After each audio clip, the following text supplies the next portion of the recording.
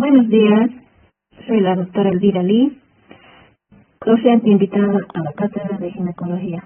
Bueno, el día de hoy vamos a tratar un tema muy importante que es la planificación familiar, dispositivo intrauterino y métodos definitivos. Como introducción, la OPS definió que la planificación familiar es un proceso para armonizar la reproducción humana en el nivel familiar de acuerdo con las necesidades de salud y bienestar de la familia. Los métodos de planificación familiar se dividen en los métodos temporales y los métodos definitivos. Los métodos temporales en los cuales abarca son los métodos naturales, métodos de barrera, espermicidas, métodos hormonales y dispositivos.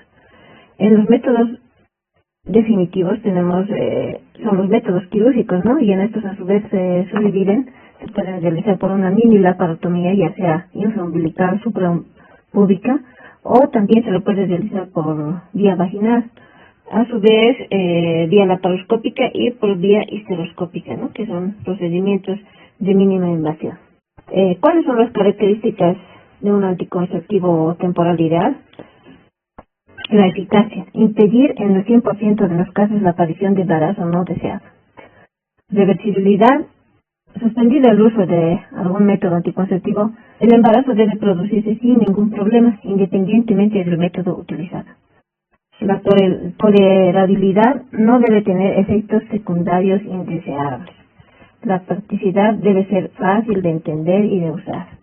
La seguridad: no debe generar complicaciones ni riesgos a largo plazo. Accesibilidad: accesible a toda la población y debe ser económico. Protección: que ofrezca protección ante enfermedades de transmisión sexual, que es lo más importante. Bueno, pasando a otro método, aquí tenemos el método del ritmo o calendario ovino-naus. ¿En qué consiste este método? Este método consiste en evitar el coito los días presuntamente fértiles. Entonces podemos ver acá en la imagen donde nos muestra, ¿no? Los días del sangrado del periodo menstrual son del 1 al 5, por ejemplo, ¿no? Y del 6 al 10 son los días infértiles, y a partir del día 11 y 16 son los días fértiles. Y luego del 17 al 28 los días infértiles, ¿no? Entonces, la paciente debería tener más cuidado, si no quiere embarazarse, en no tener relaciones del día 11 al 18. El espermatozoide tiene una capacidad de vida, ¿no?, posterior a la eyaculación, 72 a 96 horas. Y el óvulo solo durante 24 a 48 horas. Otro método es el método de Billings o mucocervical, ¿no? En la mujer durante la ovulación existe mucosidad proveniente en su mayor parte del cuello uterino, además del resto de las glándulas de mucosa del tracto genital. Durante la ovulación este muco es denso, ¿no? Y forma una barrera que impide también el paso de los espermatozoides. El método sintotérmico. ¿Qué es el método sintotérmico? Es la combinación de dos métodos naturales ya mencionados y es discretamente más eficaz que estos por separado, ¿no? El coitus interruptus o coito interrumpido, ¿no? Es un método muy difundido y practicado en la población en general. Consiste en retirar el pene de la vagina antes de iniciar la eyaculación. El peligro está en que el esperma puede hallarse en pequeñas cantidades pre-eyaculación, que se encuentran en el extremo del pene en erección, y lo cual puede ocasionar, ¿no?, embarazos también no deseados. Otro método muy importante es el método MELA, el método de la lactancia y amenorrea, conocido como MELA o LAM. Es un método anticonceptivo natural con una eficacia reconocida del 98% en mujeres amenorreicas que amamantan de forma exclusiva a sus bebés durante los primeros 6 meses postparto. A pesar de ello, su eficacia sigue siendo valorada ampliamente, ¿no?, por los profesionales que atienden la planificación familiar. Para concluir los métodos naturales, tenemos el método de la temperatura. Este método consiste en la observación de la curva de la temperatura basal. La temperatura corporal basal aumenta luego de la ovulación por acción de la progesterona, aproximadamente 0.5 grados en el día posterior de la ovulación. La temperatura se mide por la mañana antes de levantarse de la cama, ya sea vía rectal, vaginal, oral o axilar. La desventaja es que sirve para la segunda mitad del ciclo y debe combinarse con otro método para la primera fase. Ahora pasamos a los métodos de barrera. Los métodos de barrera impiden la entrada del esperma lúteo, ¿no?, y son productos sanitarios, por lo que deben cumplir con los requisitos establecidos a estos productos en cada país o región. Tenemos el condón masculino, condón femenino, diafragma vaginal, esponja vaginal, el capuchón cervical. El condón masculino debe usarse, ¿no? Debe usarse un condón masculino por cada relación sexual. Y debe retirarse el pene de la vagina con cuidado para que no salga el condón de la vagina y haya el riesgo de embarazo. Es importante para disminuir la seguridad del método que sea colocado antes de la penetración en vagina.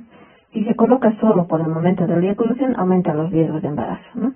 Ya que puede salir los espermatozoides antes de la eyaculación y puede fecundar, como habíamos mencionado. El condón femenino es un dispositivo tubular, como se ve en la imagen, parecido a un condón masculino, pero un tanto más complejo y más costoso. No es tan popular, ¿no?, el uso del condón femenino. Es un dispositivo de igual forma de látex o poliuretano, ¿no?, en forma tubular, cerrado y un extra. Aquí tenemos lo que es el diafragma vaginal. Podemos ver en la imagen, es como un capuchón, ¿no?, que cubre completamente lo que es el cuello uterino. Es un anillo cubierto de látex que se coloca en el fondo de la vagina y cierra la entrada vaginal del cuello uterino, previniendo así la entrada de espermatozoides. Esto debe ser colocado hasta 6 horas posteriores, ¿no?, posterior al coito, y recién en ese momento se lo puede retirar.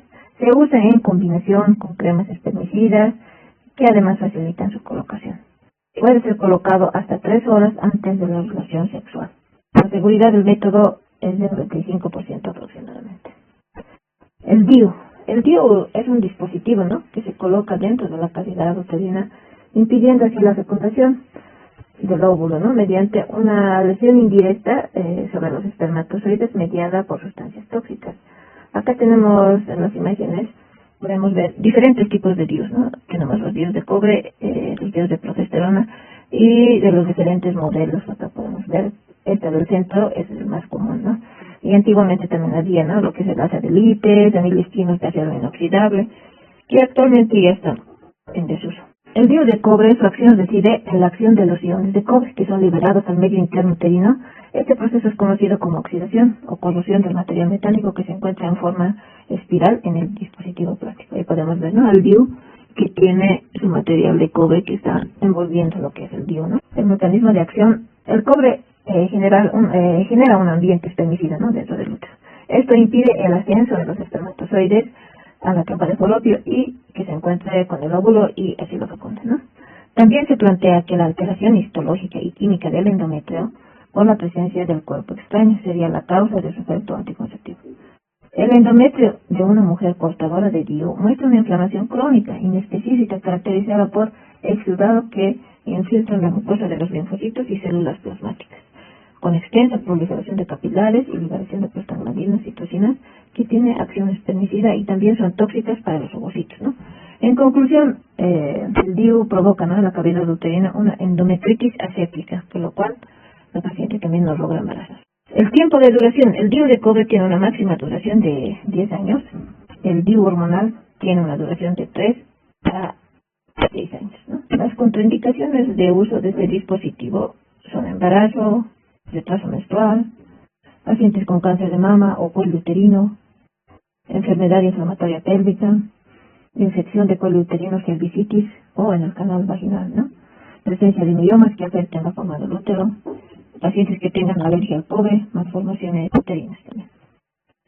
El DIU hormonal, el DIU es de progesterona, ¿no?, libera lentamente el progestágeno en dosis muy bajas que actúa a nivel de la secreción del muco cervical e inhibe la motilidad del espermatozoide, ¿no?, lo cual modifica también el endometrio para que no exista la implantación. Ahora pasamos a un método definitivo, que es la obstrucción tubárica bilateral. La ligadura de trompas, también conocida oclusión tubárica bilateral, es un método anticonceptivo permanente. Consiste en cerrar el paso de las trompas para impedir que el óvulo sea fecundado por un espermatozoide. Las indicaciones de este uso. La mujer debe estar completamente segura, ¿no?, de realizar este procedimiento. Mujer con varios hijos y que no tenga deseos de tener otro en el futuro. La mujer tiene edad materna avanzada y no quiere tener más hijos, ¿no? O mujeres de 40, 50 años quieren retirar las trompas. Bueno, se dice, ¿no?, que mujeres de 40, 50 años que al retirar las trompas de falopio puede disminuir el riesgo de cáncer de ovario, ¿no? Entonces, pacientes que tengan el antecedente familiar de cáncer de ovario también, ¿no?, se pueden hacer retirar lo que son las trompas de falopio, ya que reduce el cáncer de ovario futuro. Cuando el estado de salud de la mujer no permite un correcto embarazo, incluso puede representar un peligro para su vida, ¿no? Por ejemplo, pacientes cardiópatas que no pueden embarazarse, ¿no? Porque ya que si se embarazan pueden arriesgar la vida materna y tanto fetal. De esta ligadura de trompas, o sea, la oclusión tubárica bilateral que hablamos, se puede hacer, como les había mencionado, por vía laparoscópica también, ¿no? Las más comunes son la vía abdominal, una incisión así tipo como la cesárea, y se realiza, ¿no?, la oclusión de las trompas. La otra vía es la vía vaginal, y tenemos estas dos que son mínimamente invasivas, que es la laparoscopía y la esteroscopía. Lo único que necesitamos que si el equipo sea entrenado, no cualquier ginecólogo lo puede realizar, tiene que conocer del manejo del equipo de laparoscopía y la esteroscopia, ¿no? Por laparoscopía se puede hacer, ¿no?, la electrocoagulación, extracción y sección de las trompas. Se puede usar el clip de Hulka-Filse, anillos de Jung, o la de Pomeroy, ¿no? Podemos ver ahí en la imagen, ¿no?, los diferentes tipos de clips, y aquí el tercero donde se hace la Pomeroy, ¿no? Se liga la trompita y una porción se lo secciona, ¿no? Y por vía histeroscópica también se lo puede realizar. Ya la vía histeroscópica se introduce una cámara dentro del útero y por medio de esa camarita se puede colocar, ¿no?, lo que es un dispositivo pequeño a nivel del ingreso de la trompa de falopio. Acá podemos ver en esta imagen pacientes, ¿no?, incluso obesas, se puede colocar, ¿no?, el dispositivo, lo que es por vía histeroscópica, o también tanto para la laparoscopia. Y esa es la posición exacta, ¿no?, para un procedimiento laparoscópico.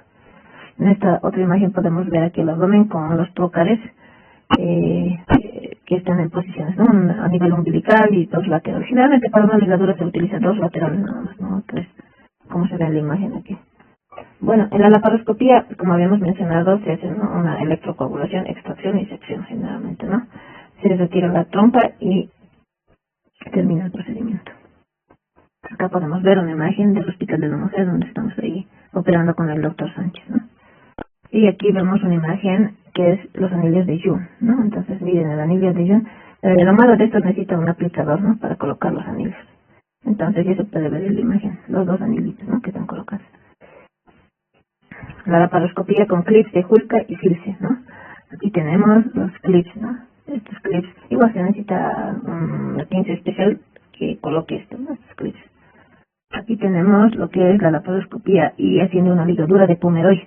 Aquí vemos el útero, las trompas de falopio, los ovarios, y como hemos mencionado, se hace una pequeña ligadura a nivel de la ampolla y posteriormente se secciona, ¿no? Y lo que les mencionaba, por vía histeroscópica, el SUR, se llama así, ¿no?, el dispositivo que se coloca por vía histeroscópica.